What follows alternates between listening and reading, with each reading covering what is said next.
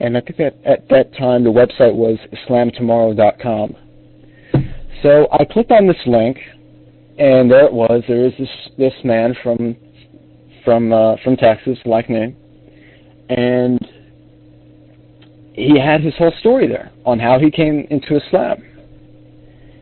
So I clicked on his story because I wanted to learn more. I wanted to know from beginning to end, what was it that made this man choose Islam? What was it that made this man, who was a preacher, who was someone that was really trying to spread the gospel? So while I'm in the article, I'm reading along, and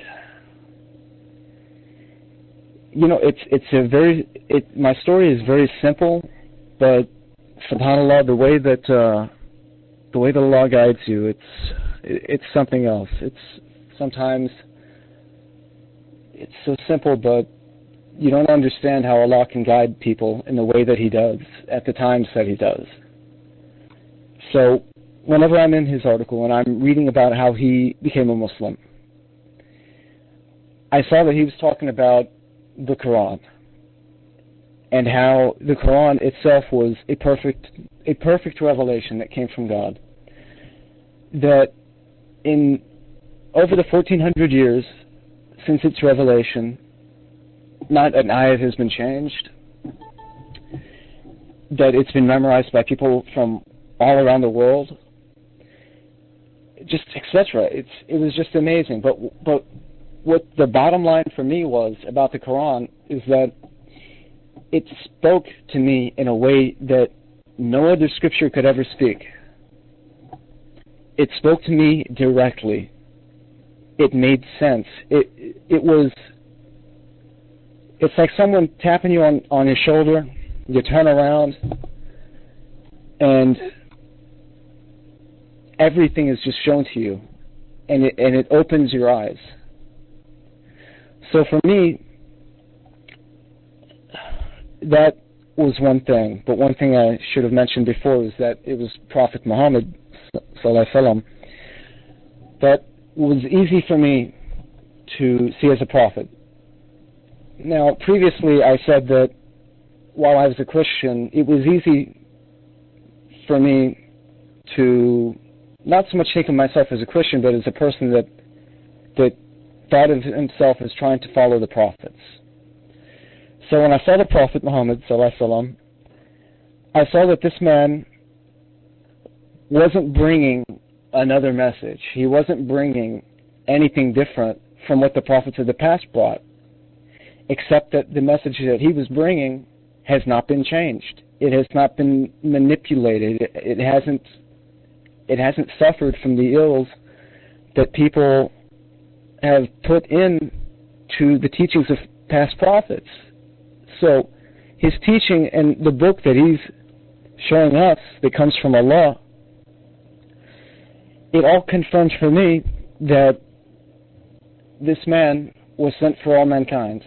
And I've told my story so many times, and it really affects me whenever I talk about how I came to Islam, because for every person it's different. It's just something that, subhanAllah, I don't even know how to explain it. So,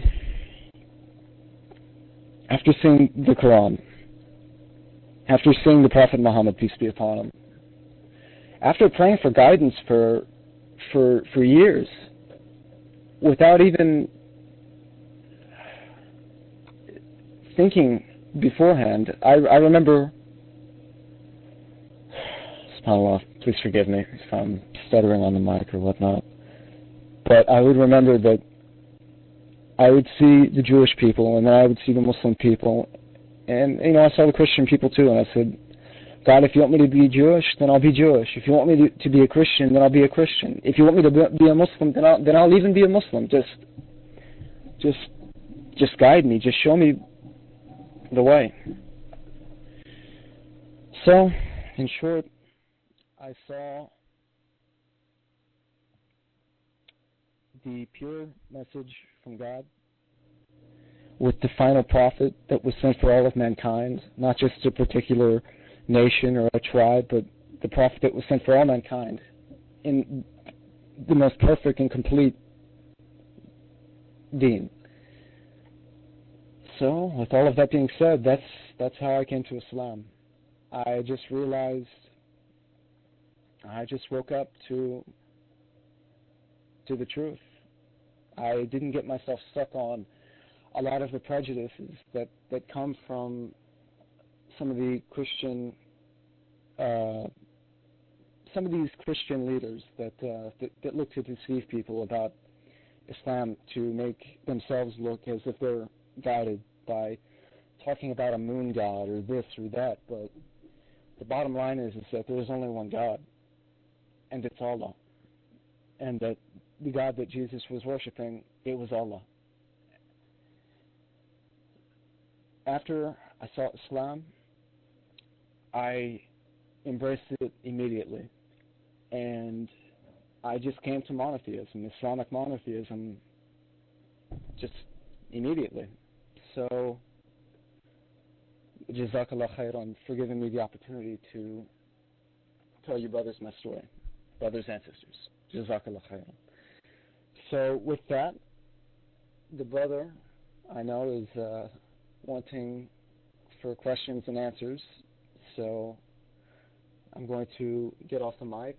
But I request you brothers and sisters to keep the screen clear because I am legally blind. I can't see that well. And I have my screen enlarged so I can see the fonts. It's not too bad. Don't worry about it yourself. I know what I'm doing. But just keep that in mind. So questions only, please. Jazakallah.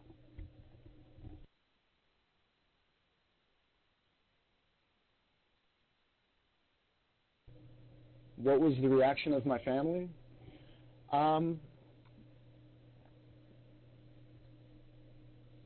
Just one question at a time. What was the reaction of my family? Well, my family in the beginning, after I made Shahada, the very day that I came back from the masjid, for Salatul Jummah, whenever my grandmother actually learned that I actually became a Muslim, that I took the Shahada, she got on the phone and called up my whole family, told them that I became a Muslim, and just spread a lot of pointless paranoia. But my family, they never really accepted me being a Muslim, and I don't expect them to accept me being a Muslim because we know what the Quran says, and that they will only accept you when you become just like them. So, I respect my mother, I respect my father, I love my family, but they didn't take it well. So that's for that one particular question. And the other brother asked me if I need any help learning Arabic. Well, I've been able to read and write Arabic, and I know Tajweed pretty well. So I've known that for about 6 years. So it's not anything that I really need to work on. I've actually taught a little bit myself. Yeah, I can recite. I can. Oh, no, I couldn't recite. I just, I'm sorry, that's just, I'm pretty shy. So let's see, what else do we have here? Some sort, can you say? I really, I'm shy. So, do you find the documents? No, not at all. No, not at all. As soon as I saw Islam was pulling people back to the truth of what the prophets of the past were teaching and how you get atonement, it was very easy for me to accept that, because before I even looked into Islam, I believed in what the prophets brought in the past, not so much of what the people might have introduced into Christianity. So I, I guess you could say I was a Muslim and I didn't even know it. So just to embrace Islam was a formal progression. Any other questions?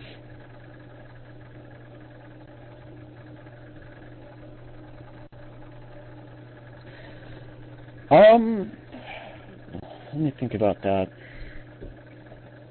Well, you got to understand, as soon as I left where I was after, after school, I didn't really have anybody that I was connected to, so no, that wasn't really a problem. But colleagues, well, one thing I can tell you that it's not easy to be a revert because,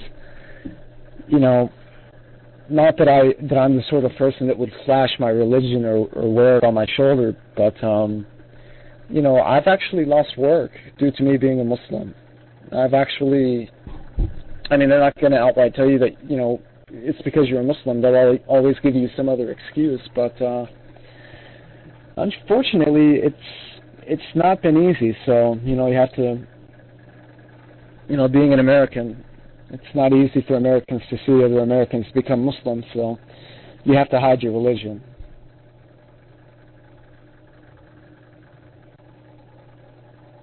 Can you read the ayat that made you embrace Islam? It wasn't a particular ayat that I could point out. So just the basic knowledge about Islam and how Islam isn't bringing anything new, that it's just to complete what came before. It was very easy for me to embrace Islam. Hold on. The times Oh, I know. I know that people have suffered for embracing Islam, but, Allah says in the Quran that you cannot say that you believe without being tested. So, Allah's help is always there. That's one thing that you can't ever worry about. You always have to know that Allah is there for you. And no matter who comes your way, no matter who opposes you, no matter who does anything, the fact is that Allah is the Lord of mankind. He's the Lord of the world. So I don't really. I put my trust into Allah. Oh yeah, I know that. Yeah, that's definitely. Whatever doesn't kill you only makes you stronger. I agree. Did you make Hajj? No, I haven't made Hajj yet, but I hope to, inshallah. If Allah gives me the means, then I'll go. Any other questions?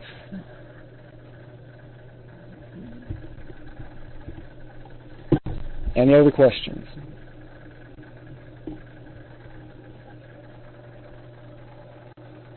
It's completely changed my life. It's completely changed the direction of my life.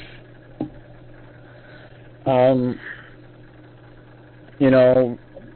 got married to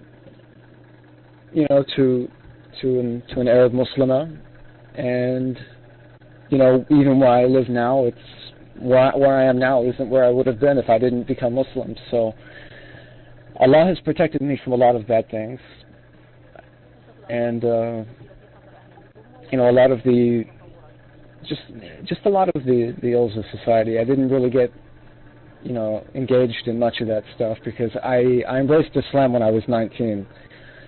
So, and even beforehand I was, I just tried to do the right thing. How is my Fajr prayer going? How's my Fajr prayer going? Well, I make it. I try to make it. When, you know how the alarm clock goes.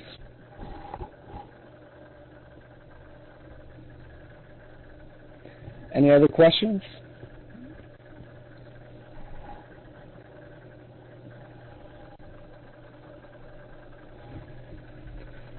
Any other questions at all?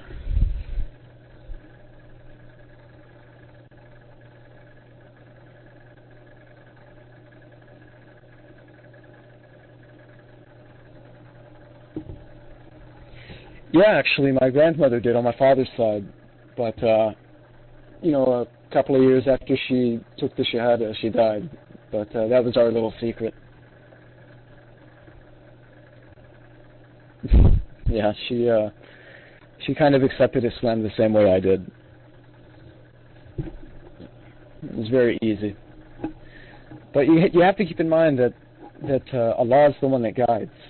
So, you know, if something comes into a person's heart, you know, when they feel that they want to be a Muslim, when they feel that the Quran is right and that the Prophet Muhammad is indeed the Prophet Muhammad, that he is indeed the Prophet and a messenger, then that's from Allah.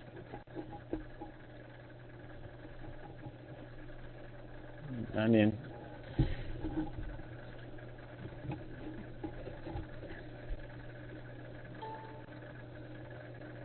anything else?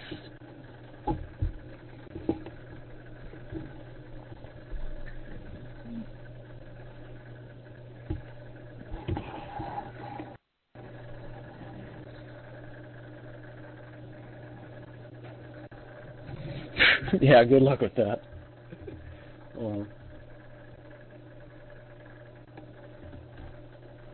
Well, you know, it's one thing that I'm not used to is that I live in the Northeast. So, you know, it was a lot easier to make Salat al-Fajr in Texas than it is here in the Northeast.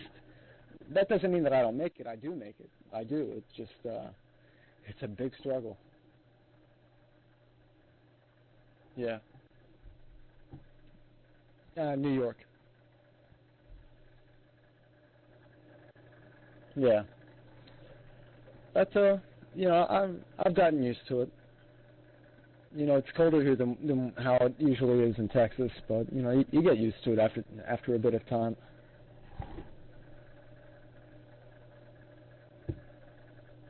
Oh, okay. Well, brother, are you done recording? Let me know if you're done.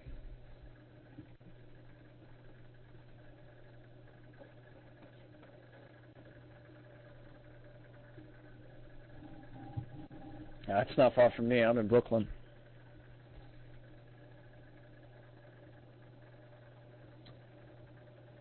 Yeah. No.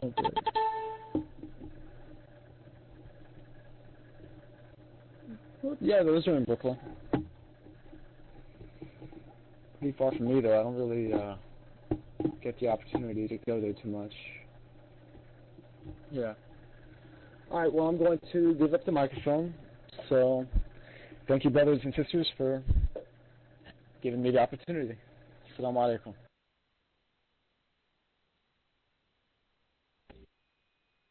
I decided to raise my hand because I asked about the Hajj, and since you didn't answer me, I guess because the green was more better for you. I said, I'm just going to ask him right on mic. Akhi, Abdullah, did you did the Hajj? Inshallah, may Allah make it easy for you and help you to inshallah perform your Hajj. I have a question.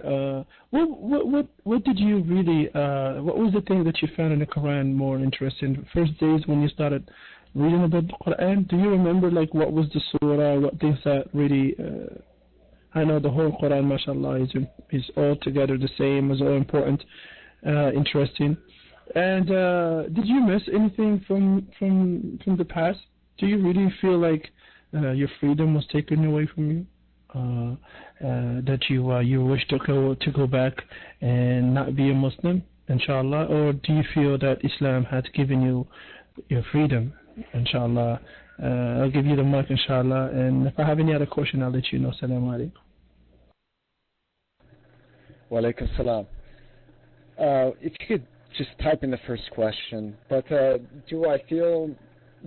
I ever felt that I wanted to go back? Oh yeah, the first question. Yeah, after I became a Muslim, one thing that really helped me to stand my ground. Not that I ever had doubt. I never did have doubt in Islam. I always, you know, as soon as I came into the fold of Islam, I never looked back. But you know, one of the surahs that the brother that actually gave me the shahada, he was a revert himself, was Surah Al-Baqarah. But do I feel that I ever felt that I wanted to turn back? No, never. Because the hidayah from Allah, believe me, the hidayah that Allah gives to people when they really want it, you can never look back, because it's the help from Allah that Allah has guided you. But do I feel that I lost my freedom? Actually, since I became a Muslim, my ideas, my ideology, it really changed. Because, before I became a Muslim, I was, as an American, I was,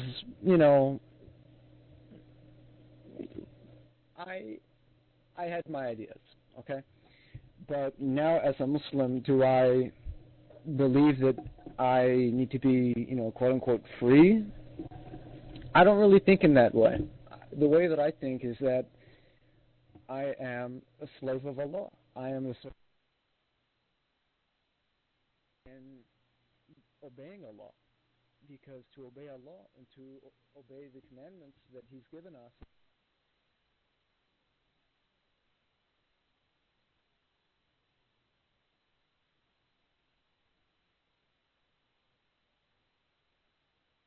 that I need to do this and to do that and to be happy, and that's freedom.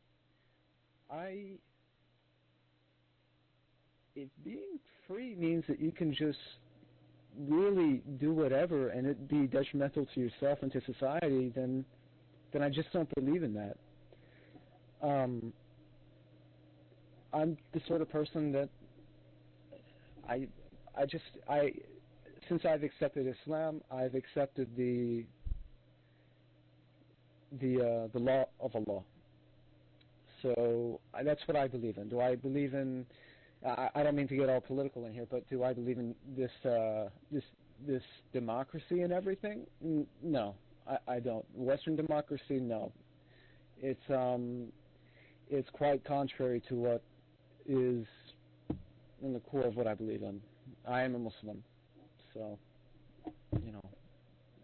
whatever Allah has given us, then that's what I peacefully submit myself to.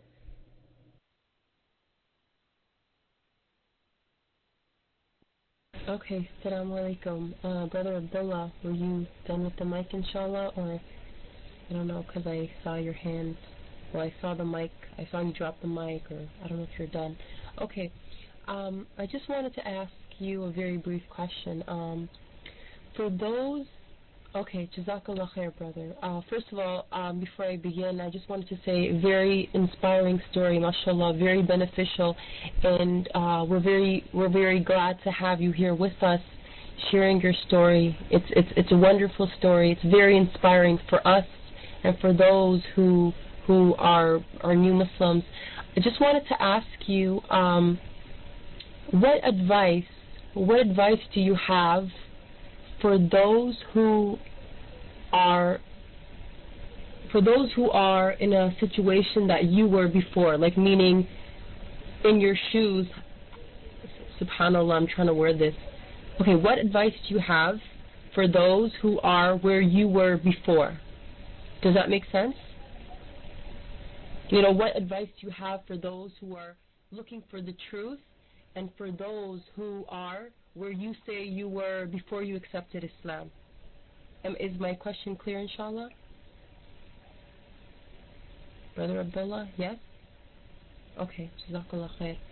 Okay, mic is free. Assalamu alaikum.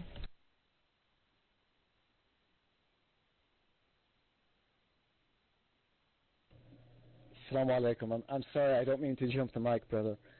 But, thank you. What's the advice that I would give? Being that I've been Muslim for 7 years, I've had my own experiences and I've seen the experiences of other people. So one thing that I could say is that for somebody that's new to Islam, is that you need to make a lot of dua. Just make a lot of dua. and be patient and take your time, because to be a Muslim and to know the ropes, it may take a little bit of time, but in time you'll pick up everything. You'll learn how to read and recite Surah Al-Fatiha. You'll learn how to make the salah. But one thing that you have to make sure of is that you represent Islam in the best way possible. Whenever I first became Muslim, I made a lot of mistakes in the way that my family perceived Islam, because I didn't exactly know Islam myself, because I was like a baby Muslim. So you have to represent in a decent, more than decent, you have to be an ambassador of Islam to your family and to whatever people you're from. You have to be an ambassador to Islam for those people. So, brief, you have to take your time, be patient with the tests that come your way, and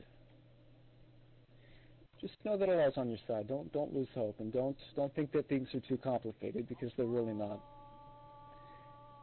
So, yeah, nothing really comes else to mind. I don't want to repeat myself.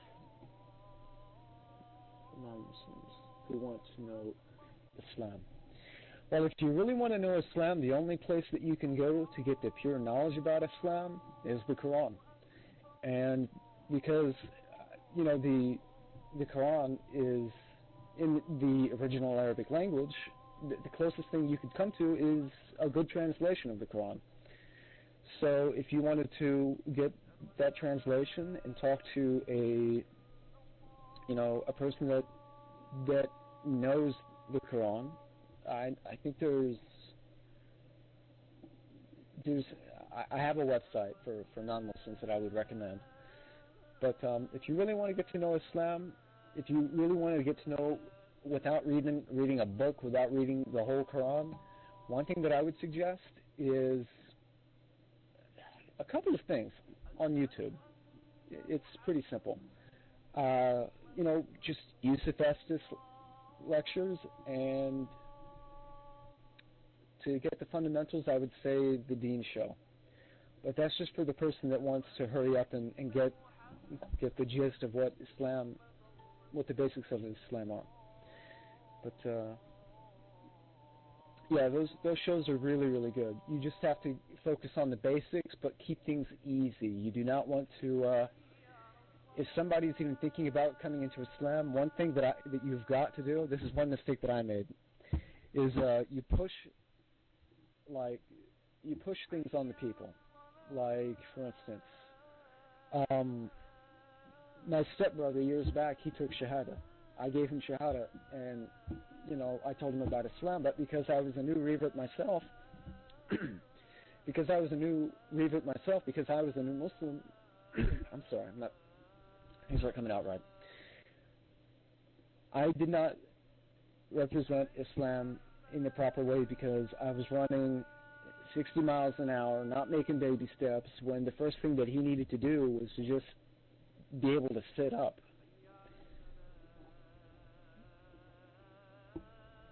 Yes, it is. But for non-Muslims, YouTube is a good solution.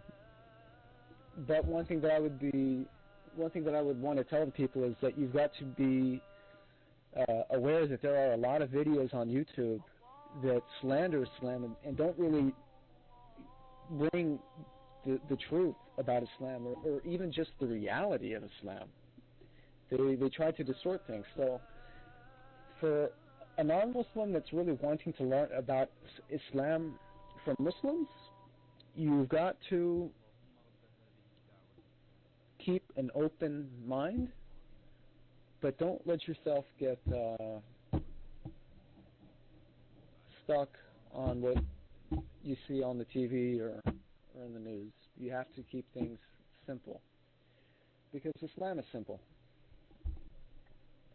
Okay, mic free.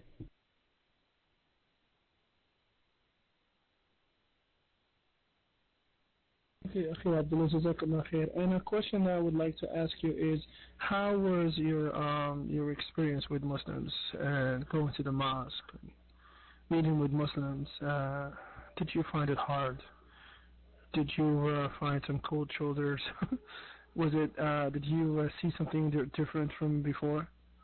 Did you experience something different as you read in the Quran? And I will give you the mic, inshallah. Assalamu alaikum. Wa alaikum salam.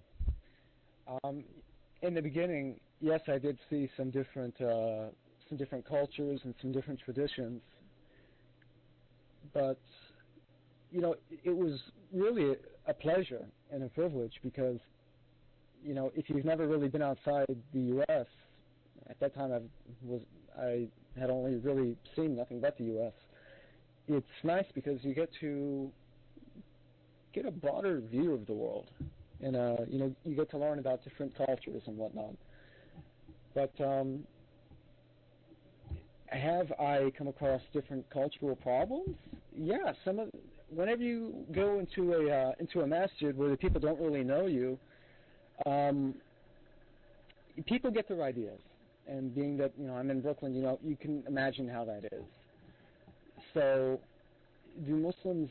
Has there been cultural problems? Yes, because a lot of Muslims, for instance, say if they're from Pakistan, they'll have these really, really twisted misconceptions about Americans, and a lot of them are pretty tragic because if you've been here long enough, you should know better than to go by stereotypes. Seeing as how Muslims are judged by stereotypes themselves. So, that has been a problem for me, is that sometimes I would just completely stay away from a masjid because sometimes you just don't want to deal with people's ignorance. But for the most part, I've had very good experiences, and I've grown, and the Muslim community has helped me to grow. But one thing that I would say to a revert is, because of the situation that we have here in the U.S., if you're going to go to a masjid, stick with one masjid, because if you're hopping all over the place, nobody's going to know you, and you're just going to be treated differently. So just get yourself settled down. And it's simple. It's not. If you make things difficult, then it's going to be difficult. Like if you want, like a lot of reverts that I know, they only stick with reverts, and I was like that. My best friends, they were reverts. So, but so long as you don't you just have to keep yourself Islamically oriented, because Allah did create us into different tribes and nations, but that's only so that we would get to know one another. Yeah. But Mike free.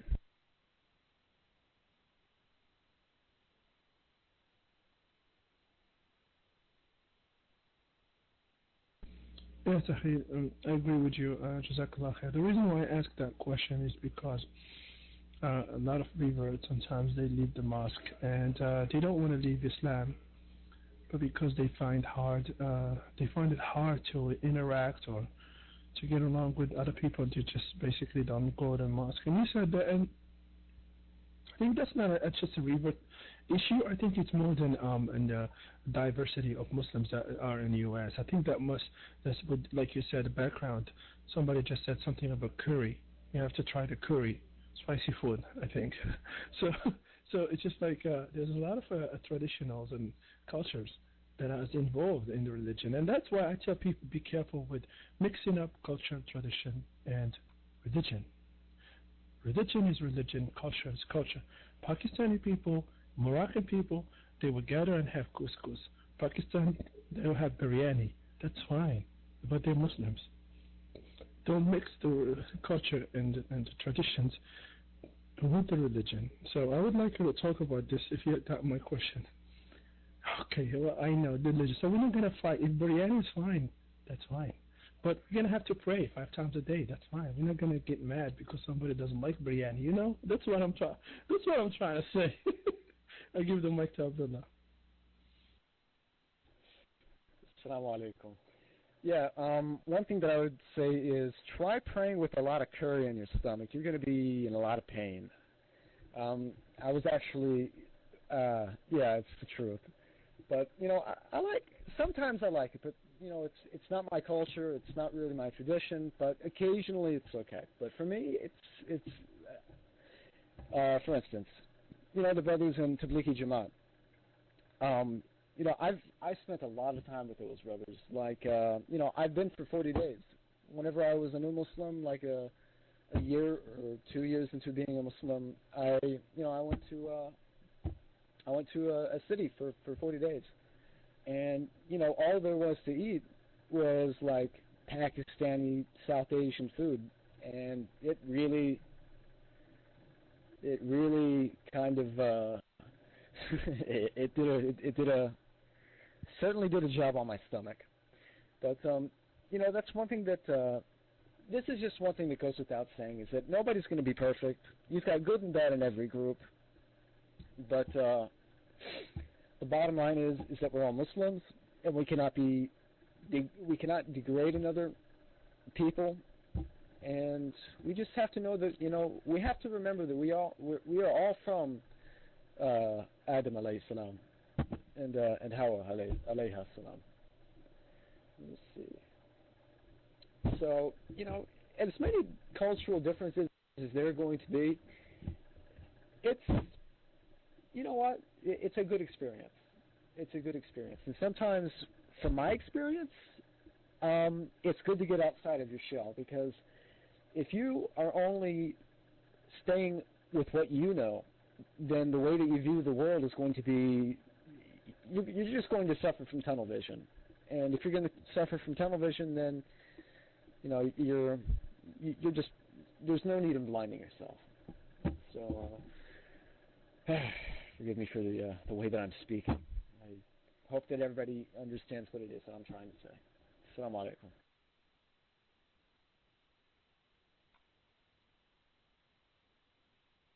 Yeah, wa alaikum assalam wa rahmatullahi wa barakatuh. And the other stuff, yeah, that you know, you might experience as a revert is that you will sometimes be questioned very straightforward questions.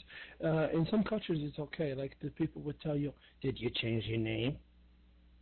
You cannot wear that. Brother, you should be right in the... And you will have some kind of like, you don't want to really offend the other person, but you might feel like, you know, it's a little bit too much intervention in your personal space as an American. I mean, I know for Americans that it's always going to remain. There's a lot of things that, as a, you know, if you're a revert, it doesn't matter. There are things that people sometimes find, like, you know, questions, and, or, you know, like I said, people try to just come to you with the way that people don't like it. So that's the reason why I told you that it's just the Muslims, the way we live, we have been, you know, we lived back home, or we grew up, is different, and that's why I find a lot of this hard problem of communicating with Muslims in the masjids, and it's just something that has been I have noticed in the U.S. Back home, where I come from, I found more ease in dealing with my own people, because I just know exactly how they think, and you don't really feel that I'm from Morocco, but in here in the United States, the mosques, like you said, it's just every mosque is different, and then you go to a masjid, and sometimes you find a masjid is even Shi'i, or masjid is Sufi, or maybe a lot of bid'ah. You know, like I went to certain masjid, and I just see how they pray. I was shocked, because I never seen the way people pray like that, and I just had to pray and leave, because I'm not there to argue with these people, or even to change them, but because it's not going to be I'm not talking about the Sufis people, I'm talking about the prayers and the way the people they do in the masjid, and people how they pray to Allah. There's bid'ah. There's a lot of innovations. As a person that have knowledge, I'm not talking about myself, but if you have knowledge in Islam, you would know the differences between right and wrong. Okay, and you don't even want to say, okay, what are you guys doing? But you just see like there's so many things in front of you that are not Islamic, such as like I went to this masjid and they were like we prayed, and then before we finished the prayers, they go like Al-Fatiha, and then they go like Alhamdulillahi Rabbil Alameen Ar-Rahman Ar-Rahim Maliki Yawmiddin Iyyaka na'budu wa iyyaka nasta'in Ihdina as-sirata al-mustaqim sirata alladhina an'amta alayhim. But they keep doing it right after the prayer all together. They all read the Fatiha and they read it loudly and subhanallah. And then when we were making the prayer, before we put the sujood, as soon as I put my head over the carpet, they stand up very quick. Before we finish the sujood, they already stand up. I had to stand up right quick. And then before we make the ruku', they already went back. It was like the fastest train ever. It's like, no stops. And I couldn't even say Subhana Rabbiyal Azim. And subhanallah, and that's why I feel that, okay, let me just go. I'm not going to really argue with this. I'm not going to really fight. And I remember when I went to the masjid, a brother of mine took me, inshallah. And that's why I'm saying, Akhi Abdullah, just to wrap it up, I don't want to get too broad. Just talk about the whole issues in different angles. What I want to say is that there's things that you might see, strange things going on, a lot of stuff that you might not really understand. That has nothing to do with the religion. As you said something really interesting. The Quran is the guidance and the Sunnah of the Prophet Muhammad sallallahu alaihi wasallam. When it comes to the Sunnah of the Prophet Muhammad sallallahu alaihi wasallam, then you just focus on your research, understand your source, where you get the knowledge from, the website and books and scholars, and who is right into that matter. Because we have just many who just take the mic or go on TV or just take a pen and want us to tell us what the religion is about. And I mean, you know exactly what I'm talking about. So you're gonna have to really find this huge controversial issues in the religion that really are already clear by the Islam and by the Sunnah and by the Quran, but people keep looking at anything to make it small minor issues to make it a bigger issue, and not to focus on the principles of the religion. And that's the most important things, like prayers and fasting, doing Hajj, and basically like Sister Musafira, may Allah reward her, she said, and your tongue, or what you say, what you talk about, and what you did, rather than just trying to talk about other people, try to talk about this guy is kafir, he's a disbeliever, she is not a kafir, and just issues that are not going to benefit us. I'm not saying we shouldn't even talk about these things. Yeah, we can talk about this. It's our religion to understand and have knowledge and do, but not to be our main reason of being religious people or being Muslims. It's just to bring this issue, debating, arguing, and that's why I don't like when I have people come into the room. I don't like to argue with them regarding and debate with them on religion. Rather than I try as much as I can to discuss with them what's the religion of Islam is about, what do we believe, and that's it. I'm not going to try to stress somebody, or get stressed about certain things that I know that person not even know what that person is here for, why he's coming here to argue, or to just tell me something just to it's not worth it. And I would like to have one last question for you, is that how do you deal with yourself as a revert in your job, in your community, with Muslims and non-Muslims? Like, do you really tell people you're Muslim, or you just keep it yourself? And how do you deal with people asking questions? Because now you've been 7 years as a Muslim. Do you ask you questions on religion, and do people feel more comfortable talking to you because they know you're a revert, or people not try to talk to you because they don't want to offend you on religion? How do you deal with this as a revert living in the U.S. With the most closest people to you, whether they are Muslims or not Muslims, especially about non-Muslims at your job if you're working? How do you deal with them regarding? And do they know you're Muslim? Do you practice your religion? Like, do you go to the masjid? Do you tell them that you have to pray? Do you fast? And how they take it? Do you feel that they don't really want to see you? Do you feel that you've been brainwashed or something, or they don't respect you as a? Because I like at my job, they know I'm a Muslim, so they know I was born as a Muslim, so that question doesn't even come to their mind. But I just want to know, if you're a revert, how do you deal with them? I give you the mic.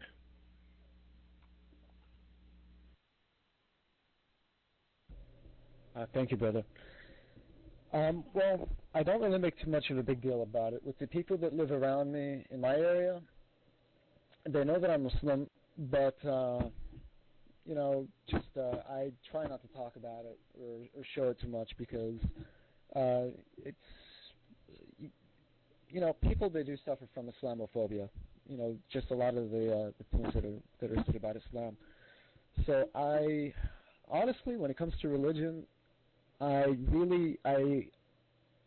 just conditioned myself to not really talk about it with other people all that much, except if they really want to know, then yeah, I'm completely open about it. And I let other people know that I'm Muslim. But one thing for myself as a revert, it's just, I guess you could say it's my religion, but it's not my badge. Do you know what I mean? That are around me, a lot of them, yes, they do know I'm Muslim, and I wear a kufi, and and I go with, I wear things that a Muslim would wear occasionally. Doesn't mean that I walk around in a thobe or anything, but for the most part, nobody knows that I'm a Muslim because you wouldn't think that I'm a Muslim. Whenever I go to do anything, nobody ever thinks about it. About work, because of my experiences in the past, I try to not let anybody know about me being a Muslim because that complicates things. Like, well, for instance,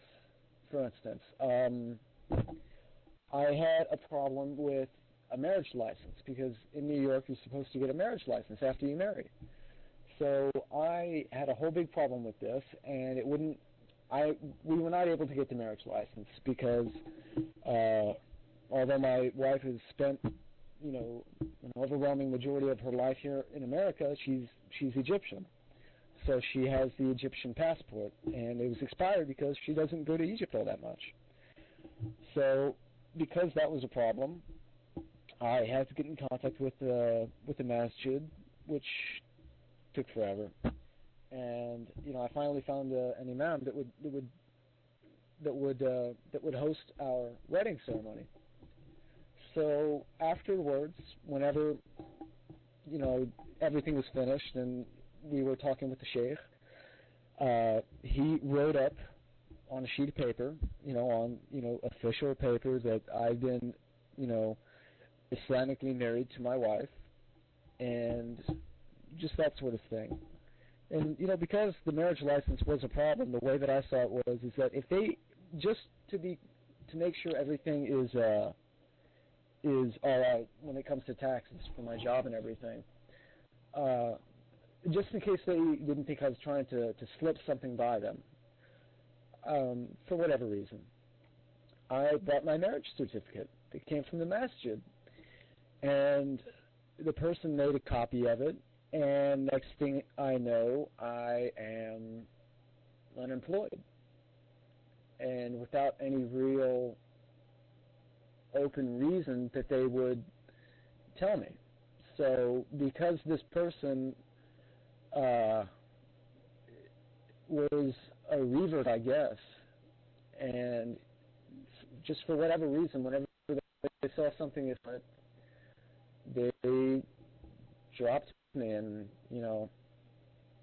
it's really tough because being that, yeah, it is, but you can't really do anything about it because they can say for whatever reason they're gonna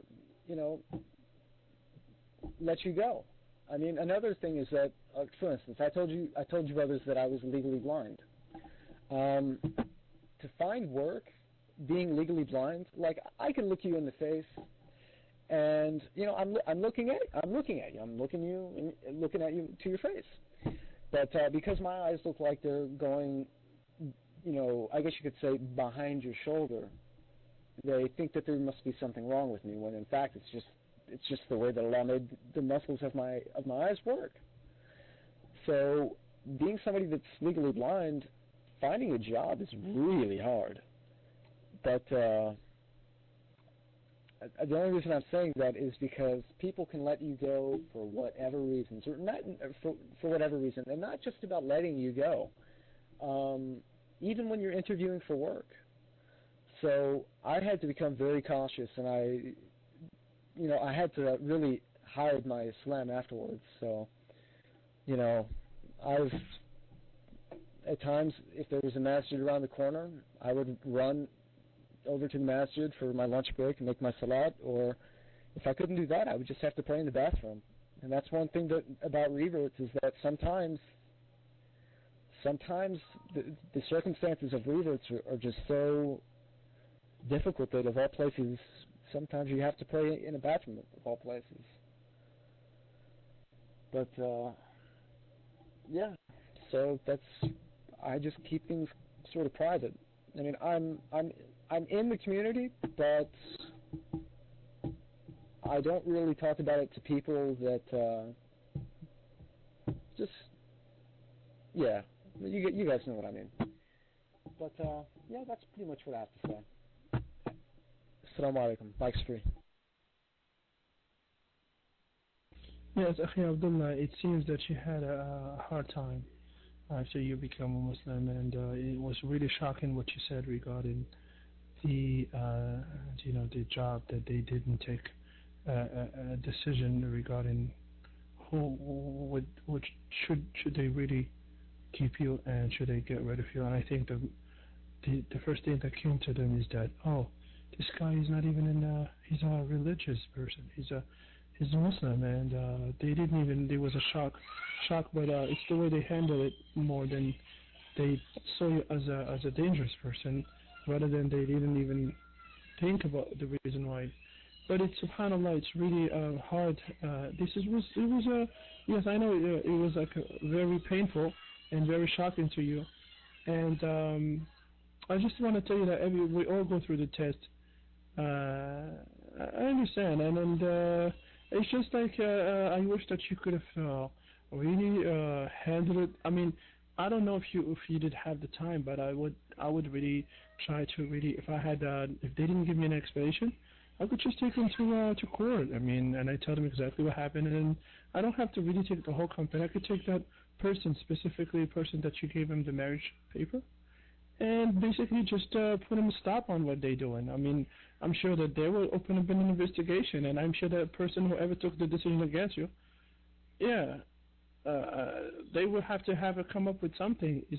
Was it really discrimination? Was it just because he showed something that legally married as a religious person? You could do a lot of stuff and to challenge them, but they could come up with anything. But at least you could just make a point, because Allah subhanahu wa ta'ala will come up with something for you. Don't worry about what they are up to, because if they're gonna try to come up with something, it doesn't matter, akhi. Wallahi, trust me. When you have Allah, you're Muslim, you could take it to the